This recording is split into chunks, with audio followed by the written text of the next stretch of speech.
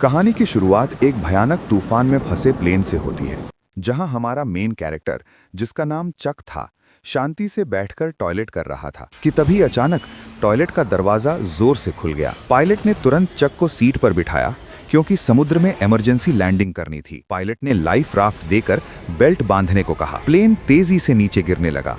अब प्लेन समुद्र से करीब 3000 मीटर दूर था। तभी चक को एहसास हुआ कि उसकी गर्लफ्रेंड की दी हुई पॉकेट वॉच गिर गई है। पायलट ने लाइफ जैकेट पहनने को कहा, पर वो दाईं ओर थी। पॉकेट वॉच की वजह से चक ने अपनी सीट बेल्ट खोल दी और लड़खड़ाते हुए उसे उठाने चला गया। लेकिन वॉच उठाते ही जैसे ही वो जैकेट लेने की कोशिश करने लगा, तभी प्लेन का एंगल बदल गया और वो हिल भी नहीं पाया। पायलट ने देखा कि वो अपनी सीट पर नहीं था, इसलिए उसने अपनी सेफ्टी बेल्ट खोल दी। तेज झटकों से पायलट बुरी तरह घायल हो गया। पायलट ने प्लेन को समुद्र की सतह पर धीरे से टच कराया, लेकिन गलत लैंडिंग से पानी केबिन में घुसने लगा। सीट बेल्ट न बंधी होने की वजह से चक की जान बच गई। तभी अचानक प्लेन का ऊपरी हिस्सा फट गया और समुद्र का पानी तेजी से अंदर भरने लगा। लेकिन किस्मत से चक के हाथ में इन्फ्लेटेबल राफ्ट था। जैसे ही उसने उसे खोला, अचानक राफ्ट का एक हिस्सा प्लेन में फंस गया। डूबता हुआ एयरप्लेन चक को राफ्ट के साथ नीचे खींचने लगा, पर चक की किस्मत अच्छी थी क्योंकि राफ्ट से जुड़ी हुई रस्सी अचानक टूट गई और इस तरह लाइफ राफ्ट ने उसे खींचकर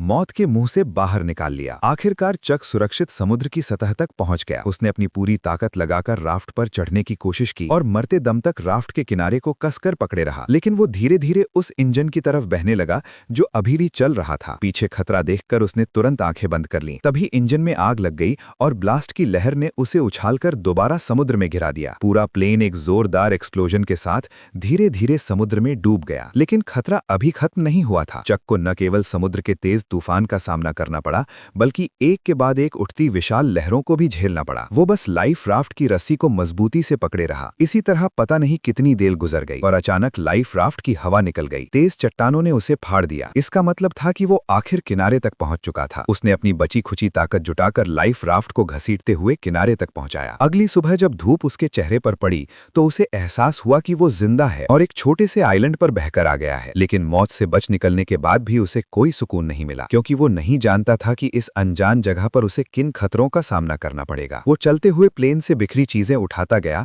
और आइलैंड के अंदर अपने जैसे लोगों की तलाश शुरू कर दी। लेकिन जब उसने चारों तरफ नजर दौड़ाई तो उसका स्वागत सिर्फ कभी खत्म न होने वाले सन्नाटे ने किया। इससे ये साफ था कि वो एक ऐसे आइलैंड पर फंस गया है जो शायद दुनिया के नक्शे पर भी नहीं है। कोई है यहाँ फंसकर मर न जाए, इसलिए उसने खुद को बचाने के लिए तरह तरह के उपाय सोचना शुरू कर दिए। लेकिन इस समय उसके पास समुद्र तट पर हेल्प का निशान बनाने के अलावा कोई मजबूत तरीका नहीं था। जल्द ही रात का अंधेरा छा गया और वो अब भी उम्मीद कर रहा था कि कोई गुजरती नाव उसे देख ले। लेकिन जैसे जैसे रात गहराती गई, उसकी उम्मीदें भी चारों ओर के सन्नाटे से डर में बदलती गईं। वो जंगल के खतरनाक जीवों की आवाज सुनकर लगातार कांपता रहा। अगले दिन उसने इकट्ठा की गई चीजों से एक साधारण रेस्टिंग प्लेस बनाया और प्लेन से निकले सामान की जांच शुरू कर दी। अब उसके पास उसकी गर्लफ्रेंड द्वारा दी गई पॉकेट वॉच के अलावा कोई खास चीज नहीं बची थी। अपनी गर्लफ्रेंड के साथ बिताए पलों को याद करते हुए उसे इस प्लेन में सवार होने का और भी ज्यादा अफसोस हुआ। दरअसल केली के बिजनेस ट्रिप पर जाने से पहले उसने चक को एक पॉकेट वॉच दी थी ताकि क्रिसमस पर लौटते ही दोनों एक दूसरे से शादी कर सकें। लेकिन अचानक हुई प्लेन क्रैश ने इस शादी को यहीं रोक दिया। जब उसके सभी फैमिली मेंबर ये मान चुके थे कि चक इस हादसे में मर चुका है, तब भी वो जिद के साथ जिंदा रहा। लेकिन इस सुनसान आइलैंड पर खाना पीना एक बड़ी समस्या बन चुका था और चक कब तक टिक पाएगा ये कोई नहीं जानता था। उसने अपनी कंपनी के कई पार्सल दोबारा इकट्ठा किए, लेकिन उन्हें खोलने का फैसला नहीं किया, क्योंकि उसके लिए ये उसके काम की ईमानदारी थी। चाहे वो अनजान टापू पर ही क्यों ना फंसा हो, पर वो अब भी ग्राहकों के भरोसे को तोड़ना नहीं चाहता था। कल जो उसने समुद्र तट पर हेल्प के साइन बनाए थे, वे भी लहरों के साथ कब के मिट चुके थे। उसे टूटी फूटी लकड़ियों से फिर से हेल्प लिखना पड़ा। धीरे धीरे चक के अंदर जिंदा रहने की इच्छा और भी मजबूत होती जा रही थी। उसे पता था कि अगर यहां से निकलना है तो हर हालत में जिंदा रहना होगा। लेकिन इस वीरान छोटे टापू पर सख्त नारियल के सिवा उसे खाने लायक कुछ भी नहीं मिला, और क्योंकि उसके पास नारियल खोलने का कोई औजार नहीं था, इसलिए नारियल तोड़ना भी उसके लिए बेहद कठिन काम बन गया था।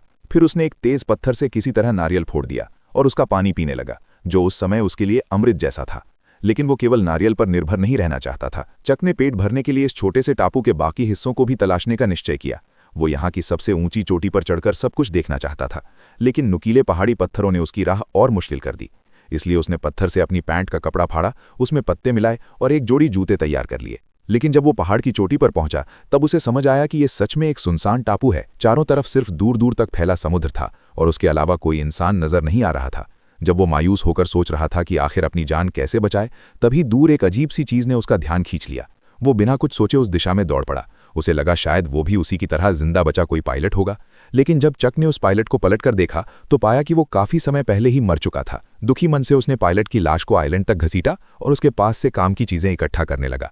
उसने एक जोड़ी पहनने लायक जूते, एक टॉर्च जो अभी भी जल सकती थी और एक बेकार वॉलेट अपने पास रख लिया। इसके बाद उसने पायलट के लिए कब्र खोदी, उसकी लाश को दफनाया और मरने की तारीख एक पत्थर पर लिख दी। शाम को चक समुद्र किनारे बैठा अपने जूतों को देख रहा था। उसके मन में गहरी उदासी थी। उसे लगा कि शायद अगली बार जो उस कब्र में लेटा होगा वो खुद होगा। इसी डर की वजह से उस रात चक सो नहीं सका। उसे समझ आ गया था कि अगर वो यूं ही बैठा रहा तो उसका मरना तय है। इसलिए अगले दिन उसने जंगल में जिंदा रहने के तरीके सीखने शुरू किए। उसने पेड़ों की पत्तियों पर जमी ओस को इकट्ठा कर नारियल के खोल में जमा किया, क्योंकि उसे पीने के लिए साफ पानी चाहिए था। उसने लकड़ी की छड़ी को नुकीला कर मछलियां पकड़ने का भाला बना लिया।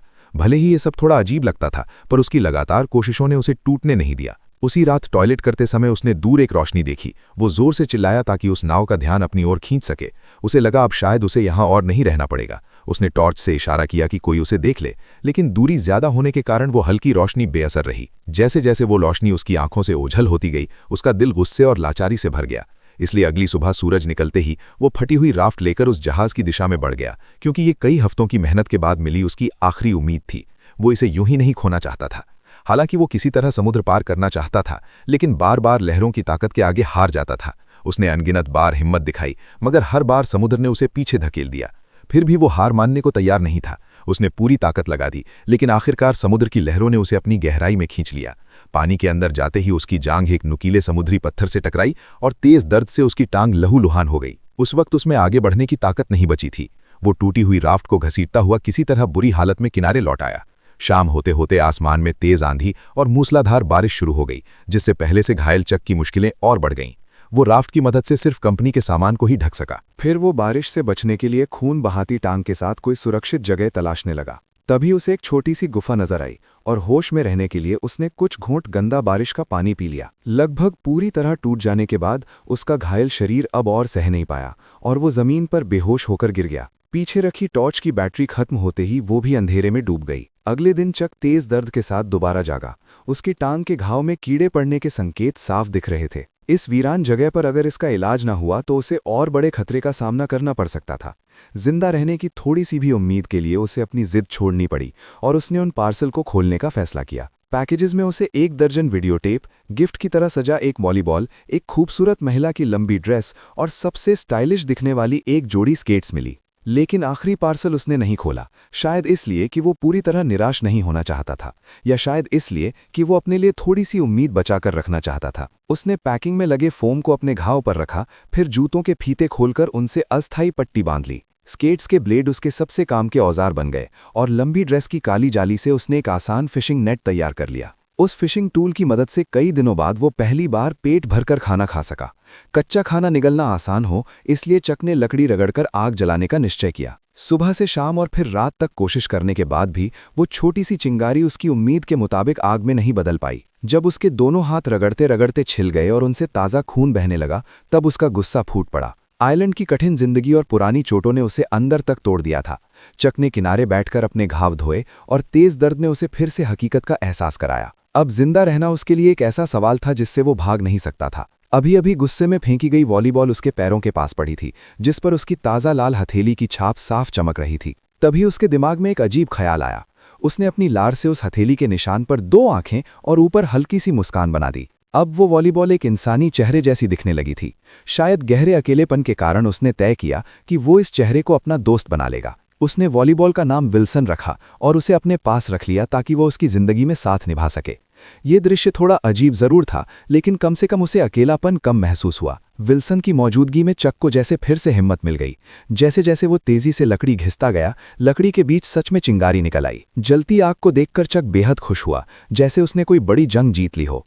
ये आग उसके लिए खाना पकाने का जरिया होने के साथ साथ यहाँ होने का सिग्नल देने का तरीका भी थी। रात में वो खाते हुए विल्सन से अपनी हालत पर बात करता। उसकी कैलकुलेशन के मुताबिक वो अब लगभग 4000 मील से ज्यादा दूर आ चुका था, यानी अगर कोई उसे ढूंढना भी चाहे तो उसके मिलने की संभावना लगभग नामुमकिन थी। लेकिन अब उसके पास और कोई रास्ता नहीं था। वो बस खुद को मजबूत बनाकर जिंदा रहने की कोशिश करता रहा। कच्चा खाना और गंदगी की वजह से उसके खराब दांत सूजकर इन्फेक्टेड हो गए। असहनीय दर्द ने उसे मजबूर कर दिया कि वो अपना दांत खुद निकाल दे। उसने एक हाथ में स्केट का ब्लेड दांत पर रखा और दूसरे हाथ में पत्थर लिया। उसने सोचा लंबे दर्द से बेहतर है एक बार का दर्द। फिर उसने जोर से वार कर दिया। जंगल में जिंदा रहने में एक्सपर्ट होने के बाद भी उसकी आंखों की चमक गायब हो चुकी थी। 4 साल के अंदर चक एक जंगली इंसान सा बन गया था। हालांकि मछली पकड़ने में माहिर होने से उसे मांस की कमी नहीं थी, लेकिन उसकी आंखों में पहले जैसी जीने की चाह नहीं बची थी। अब वो बच निकलने की कोई उम्मीद नहीं रखता था और हर दिन का जिंदा रहना बस उसके अकेलेपन का एक और दिन था। तभी कुछ समय बाद उसे चट्टान के किनारे एक टिन का टुकड़ा मिला और वो उसे समुद्र तट पर ले आया। लेकिन जैसे ही समुद्री हवा ने उस टिन के टुकड़े को गिरा दिया, तभी अचानक उसके दिमाग में एक आइडिया चमका। अगर वो इसका इस्तेमाल लहरों को चीरने में कर सके तो शायद सच में यहां से निकलने का मौका मिल सकता है। ये ख्याल आते ही उसने एक पल भी इंतजार नहीं किया। उसे इस सुनसान टापू से जल्द बाहर निकलना था। चक तुरंत हरकत में आ गया। सबसे पहले उसे एक नाव बनानी थी। उसने ढेर सारी टहनियां जमा की और उन्हें एक साथ रखा। फिर जंगली रस्सियों से सबको कसकर बांध दिया। यहां तक कि बेकार वीडियो टेप को भी रस्सी की तरह इस्तेमाल कर लिया। अब चक की मेंटल स्टेट बिगड़ने लगी थी। उसे लगने लगा कि विल्सन उसे देख रहा है और उसे जाने नहीं देना चाहता। इसी वजह से उस रात वो विल्सन से झगड़ पड़ा। मैं पूरी जिंदगी तुमसे बात नहीं कर सकता, सुना तुमने, 2 टके के वॉलीबॉल। फिर उसने गुस्से में अपने 4 साल पुराने दोस्त को लात मारकर दूर फेंक दिया। लेकिन थोड़ी देर बाद जब उसका गुस्सा शांत हुआ तो उसे विल्सन के लिए गहरा पछतावा हुआ। इसलिए वो रात के अंधेरे में उसे ढूंढने निकल पड़ा और प्यार से उसके चेहरे पर फिर से रंग भर दिया। हर दिन इसी तरह गुजरता गया और चक की लकड़ी की नाव भी तैयार हो गई। उसने सफर के लिए सारी चीजें जुटा ली थीं। अब बस सही दिशा की हवा का इंतजार था ताकि वो नाव को समुद्र में उतार सके। उसने यहाँ फंसे होने का साइन भी छोड़ दिया था। उसने 10,500 से ज्यादा दिनों तक इस बेरहम काबू पर फंसे रहने का वर्ल्ड रिकॉर्ड बना दिया था। जब वो आखिरी अक्षर उकेर रहा था, तभी अचानक हवा उसी दिशा में बहने लगी जिसकी उसे जरूरत थी। उसने एक्साइटेड होकर नाव को समुद्र की ओर धकेला और अपने पुराने दोस्त विल्सन के साथ नई जिंदगी की तलाश में निकल पड़ा। समुद्र की लहरें अब भी खतरनाक थीं, लेकिन वे उसे घर लौटने से रोक नहीं सकीं। झील जैसी नहीं, समुद्र की हर लहर लगभग उसे डुबो ही देती थी। फिर भी वो अपनी ताकत से लहरों को चीरता आगे बढ़ता गया। हर बार जब वो मौत के मुंह से बचता, उसके अंदर बाहर निकलने की खुशी और बढ़ जाती। जब चक ने पीछे मुड़कर उस छोटे टापू को देखा जिसने उसे 4 साल कैद रखा था, तब उसके दिल में एक अजीब सी फीलिंग उठी। अगर उसने मुश्किलों से लड़ने की जिद न की होती तो शायद आज भी वो अकेलेपन में सड़ रहा होता। हालांकि उसकी असली जंग तो अब शुरू हुई थी। उसे अंदाजा नहीं था कि आगे जो खतरे इंतजार कर रहे हैं वे उसकी सबसे बड़ी परीक्षा होंगे। ठीक उसी समय जब उसे लगा कि वो बहते बहते इंसानों की बस्ती तक पहुंच जाएगा, तभी एक भयानक तूफान ने उसे झकझोर दिया। उस रात तेज बारिश में आंखें खोलना भी नामुमकिन था। वो नाव को पकड़े लहरों के बीच बेबस पड़ा रहा और हमले सहता रहा। ये उसकी सबसे कठिन रात थी। वो लाचार था और सब कुछ भगवान पर छोड़ चुका था। अच्छी बात ये रही कि चक किस्मत वाला निकला। वो भीषण तूफान उसे नहीं ले जा सका, लेकिन उसकी नाव बुरी तरह टूट चुकी थी। और सबसे अहम बात ये थी कि उसका पुराना दोस्त रस्सी ढीली होने से नाव से अलग हो गया था। जब उसे इसका एहसास हुआ, तब तक विल्सन लहरों के साथ काफी दूर बह चुका था। वो उसका इकलौता साथी था जिससे वो दिल की बातें करता था। भले ही वो सिर्फ एक वॉलीबॉल था, लेकिन वही उसका सहारा था। वो सब भूलकर समुद्र में कूद पड़ा और उसे बचाने की कोशिश करने लगा, लेकिन दूरी बहुत ज्यादा थी और गहरा समुद्र उसे बार बार डराता रहा। एक तरफ उसकी जान बचाने वाली नाव थी और दूसरी तरफ उसका 4 साल का सहारा विल्सन। लेकिन अब उसके पास कोई और रास्ता नहीं था। वो बस अपनी आंखों के सामने अपने दोस्त को दूर जाते देखता रहा। विल्सन, मुझे माफ कर देना। इस तरह उसने अपना इकलौता दोस्त खो दिया और एक बार फिर अकेलापन और बेबसी ने उसे घेर लिया। लगभग टूट चुकी लकड़ी की नाव को देखते हुए और चारों ओर फैले समुद्र को निहारते हुए उस पल चक को साफ समझ आ गया कि शायद वो कभी अपने घर वापस नहीं जा पाएगा। उसके भीतर अभी अभी जगी जीने की चाह भी टूट गई। आखिरकार उसने नाव का चप्पू फेंक दिया और तय कर लिया कि अब वो चुपचाप इंतजार करेगा कि समुद्र उसे अपने अंदर समा ले।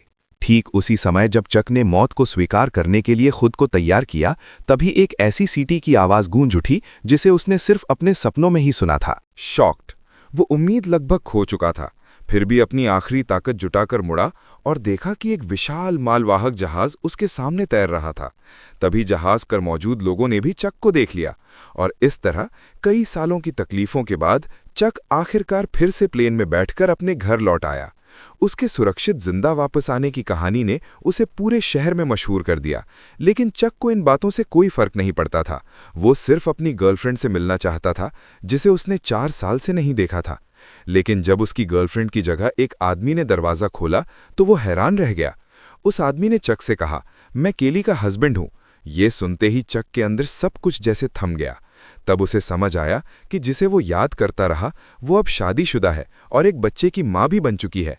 केली का हस्बैंड चक को समझाते हुए अपनी पत्नी का बचाव कर रहा था। शायद तुम्हें उसे थोड़ा और वक्त देना चाहिए, इतना कहकर वो वहां से चला गया। केली को रोते हुए देखकर चक उसकी हालत समझ गया। वो जान गया कि इसमें उसकी कोई गलती नहीं थी। चक भी शायद वही करता। उस रात कंपनी ने स्वागत में समुद्री खाने की दावत रखी। मेज पर सजी स्वादिष्ट मछलियां और बड़े केकड़े देखकर उस पल चक को अजीब सा एहसास हुआ। उसके मन में आइलैंड की यादें घूम रही थी, क्योंकि टापू पर साधारण लगने वाले केकड़े और मछलियां यहां खास पकवान बन गए थे। अगले दिन चक ने वो पार्सल उसकी मंजिल तक पहुंचाया, जिसे उसने आइलैंड पर नहीं खोला था, और साथ में एक थैंक्स लेटर भी दिया। उसने आभार जताया कि इसी पैकेज ने उसकी जान बचाने में मदद की। उस रहस्यमय पार्सल में क्या था जो इतने लंबे समय तक उसका साथी बना रहा, ये जानने के लिए उसने उसे कभी नहीं खोला। और इस तरह इस अनोखी कहानी का अंत हो गया। तो अब तुम बताओ कि तुम्हें ये वीडियो कैसी लगी। अगर वीडियो पसंद आई हो तो मेरे चैनल पर जाकर और वीडियोस भी जरूर देखो, और कमेंट में बताओ कि अगली किस मूवी का एक्सप्लेनेशन देखना चाहते हो। वीडियो पसंद आई हो तो लाइक कर देना, चैनल को सब्सक्राइब करना मत भूलना। मिलते हैं अगली वीडियो में।